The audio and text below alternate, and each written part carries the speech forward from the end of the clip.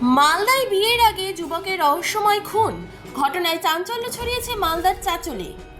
বিয়ের আগে নিখোঁজ, অবশেষে 5 দিন পর উদ্ধার হলো পাত্রের গলাকাটা দেহ। ঘটনাটি ঘটেছে মালদার চাঁচল থানার ডাকরি গ্রাম পঞ্চায়েতের গোরখপুর এলাকায়। মৃত যুবকের নাম নাহারুল আলী, বয়স 28, পেশায় পরিযায়ী শ্রমিক। 25শে জুলাই বিয়ের কথা, কিন্তু তার আগেই এই রহস্যজনক মৃত্যু ঘিরে তৈরি হয়েছে ধোঁয়াশা। বুধবার সকালে এলাকার শৌচকর্মে গিয়ে কয়েকজন কিশোর দুর্গন্ধ পেয়ে একটি বাঁশবাগানে যুবকের পচাগলা দেহ দেখতে পান। ঘটনাস্থলে পৌঁছে পুলিশ দেহ উদ্ধার করে ময়নাতদন্তের জন্য পাঠায় মালদা মেডিকেল কলেজে। পুলিশ সূত্রে জানা যায়, গলা কাটা অবস্থায় দেহ উদ্ধার হয়েছে। শরীরের বিভিন্ন অংশে আঘাতের চিহ্নও রয়েছে। মৃতের পরিবার দাবি করেছে, এক বিবাহিত মহিলার সঙ্গে সম্পর্কের জেরে নাহারুলকে দুষ্কৃতীদের দিয়ে খুন করানো হয়েছে। তদন্তে নেমেছে চাঁচল থানার পুলিশ ও এসডিপিও সোমনাথ শাহের নেতৃত্বে একটি বিশেষ দল। যাচ্ছিলাম সদরপুরে কাজে যাচ্ছিলাম, তারপর দেখছি লোকজন দৌড়াদৌড়ি ছুটোছুটি করছে, দৌড়ে আসলাম। দৌড়ে এসেই দেখছি যে বলছে যে লাশ আছে এখানে। দেখেই বোঝা যাচ্ছে ওই ছেলেটারই লাশ, নাহারুলের লাশ। মানে স্পষ্ট বোঝা যাচ্ছে, কারণ যে আমাদের পাড়ার ছেলে, আমরা ই করি, দেখেই বোঝা যাচ্ছে। ডায়েরিও হয়েছে। তারপরে কয়েকদিন পরে ওর মোবাইল যে বাড়িতে রাখা ছিল, লক ভেঙে কল রেকর্ডিং দেখছে ওই একটা মেয়েরই। হঠাৎ করে একজন আমাকে বলছে পা দেখতে পাওয়া গেল কোথায় জলে, এমনি হাওয়া শুনলাম, তারপরে উঠলাম। আমি তখন দৌড়তে দৌড়তে এসে দেখছি যে এখানে মার্ডার আছে। মানে এখানে বর্তমানে যে সিস্টেমে আমরা দেখলাম, মানে যে মুন্ডুটা ও আলোক আছে, অর্ধেক ঘর কেটে আলোক করে দিয়েছে। এবং এসে দেখছি পরিস্থিতি, যে বডির যে পরিস্থিতি দেখছি, সেটা বর্তমান যেটা বোঝা যাচ্ছে যে কোনো গন্ধ নেই, একদম টোটালি গন্ধ নেই, এবং মেডিসিন হয়তো দিয়েছে। আমার ভাইয়ের শুক্রবার মরছিল, শুক্রবারতে গায়েব আছে।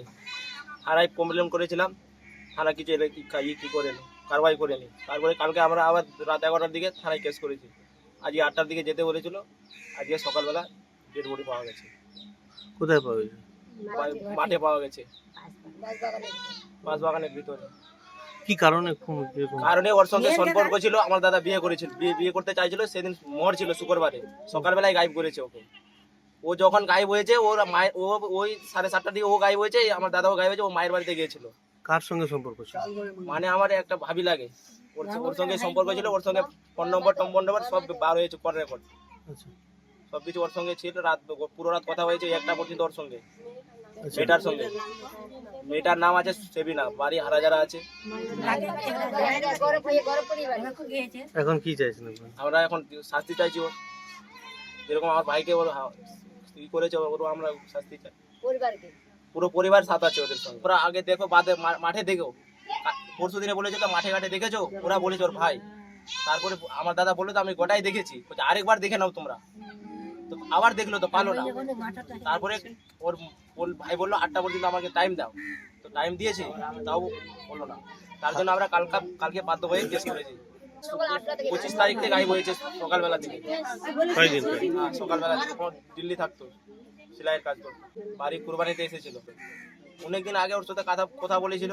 ও আমার ভাইকে ধমকি দিয়েছিল দিল্লি থেকে। আমার একটা বন্ধু বললো, তো যদি আমাকে না বিয়ে করিস তো তোকেও বিয়ে করতে দিব না। হেডফোন থেকে আমি আওয়াজ পেয়েছিলাম, বলছি তুই যদি আমাকে বিয়ে না করিস তোকেও বিয়ে করতে দিব না আমি। তার তো যে মহিলাটার সঙ্গে সম্পর্ক ছিল, তার কি বাচ্চা আছে? 12 বছরের একটা ছেলে আছে। তার স্বামীও রয়েছে? স্বামীও রয়েছে, বাড়ি গোরখপুর। কি হয় যে মারা গেছে? আমার বড় ভাই। ঘটনাটি ঘিরে চাঞ্চল্য ছড়িয়েছে ওই এলাকায়। চাঁচল থেকে শানু ইসলামের রিপোর্ট, মালদা নিউজ মিরর।